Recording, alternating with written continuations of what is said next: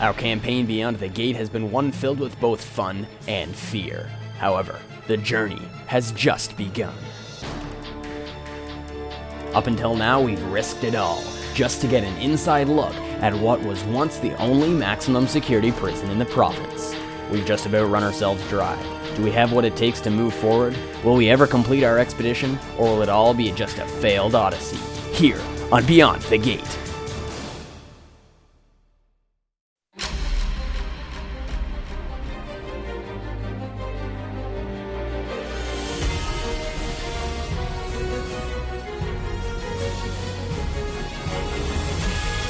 Hi, I'm Jason. I'm Zach.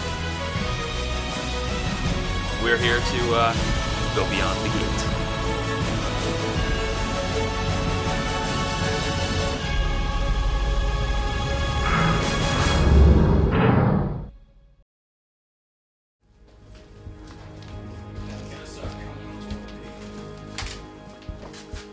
Last episode, we left off exploring some office space at Millbrook Correctional Centre. This is technically in the administration department, yet we still wanted to try and find the main office to take a look at some abandoned documentation that was left in cabinets upon the closing of the facility in 2003. Zach assures us that he himself has seen them during one of his prior visits before the doors were sealed. Trusting our prison guide, we move forward. Whoa! No, not necessarily.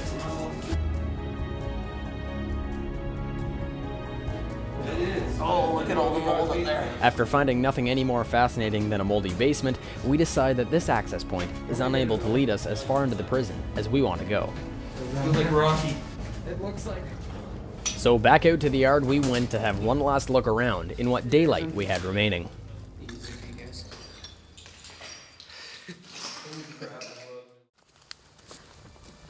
Which brings us to day 2. After having a good night's sleep and going over some documents and footage from the day before, we felt pretty confident we could accomplish the remainder of our goals in a single day.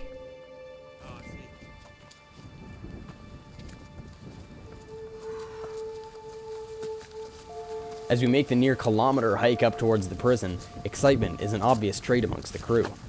There was no doubt everyone was ready to accomplish what we had set out for that day.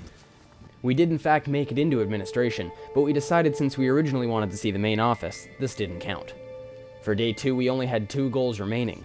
It seems an easy accomplishment, but what was ahead of us, we had not yet faced. No inmates were allowed to be released directly from the institution into the Millbrook community unless they were released to someone who would be able to drive them. Those without rides were driven to the local Highway 115 and supplied a bus ticket to be taken on a Greyhound if heading west, or if they were heading east to a bus station in the nearby city of Peterborough. You know what, not because... We definitely didn't get all the way over. No, because remember when we got in through the window and there was that welded door as soon as you went through the big open window? I was watching a video and that's what this is. Either that's sewing area and back there's kitchen or vice versa. According to the video. Well, let's take a look. Let's go now. Please, let it look through this. Coming up on Beyond the Gate, getting inside Millbrook Correctional Centre is proving to be more difficult than originally planned. Can we find a way inside safely? How far will we go in order to satisfy our own curiosity? And what lies on the other side if we do indeed make it that far? The challenge continues from Beyond the Gate. So what do you want us to stand here? They sure didn't make these built for doing this. For a behind-the-scenes look on how the series Beyond the Gate was made, stay tuned for Beyond the Camera, releasing September 12th on YouTube.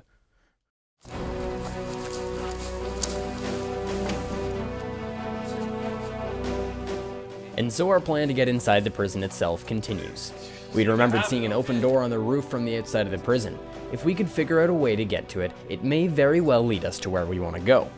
That chance was enough for us to go back outside and get the ladder we had found in a warehouse on the property. After bringing it all the way back in, we leaned it up against a shorter section of the building. The idea was to climb it, hoist it up, and hopefully have it reach the second section of roof.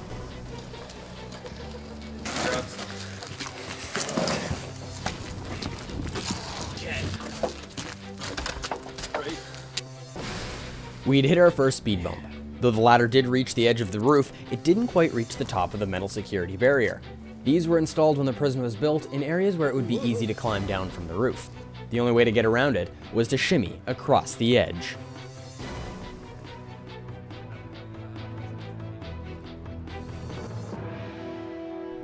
Taking it slow and being extremely cautious was the route we took when it came to practically tightrope walking almost 30 feet up. As we take a break and discuss how we'll take our investigation further into the depths of the Millbrook Correctional Centre, we share a few laughs until we press forward. Taking each step carefully, we make it onto the roof where we grow closer to a probable entrance point into where very few have been in nearly a decade.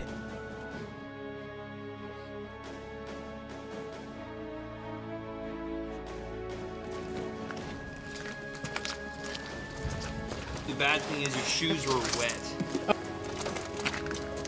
Okay, that's actually incredibly simple. We were now on top of the cell blocks. After setting up our ladder here and walking around, we had to climb up and over another section of the roof. Luckily for us, this time it wasn't too much higher. After making our way over, we now had to navigate around the segments of cell blocks to the open door on the other side. This is where we hoped to gain access to the prison itself. At this point, all we could do was cross our fingers.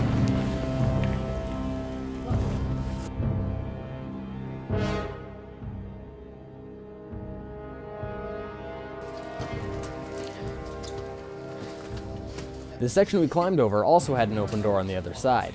After discovering it was no more than a service entrance to some plumbing, we moved on, walking around the cell blocks until reaching the open door we'd originally set out to find. Excitement was quickly growing. We were moving faster, our voices echoing within the prison walls as we set out to our goal ahead.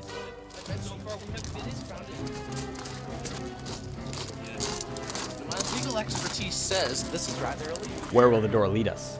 Into another service entrance? Or into where hundreds of criminals once lived? Oh my god. I know, right? Flashlights on, masks on.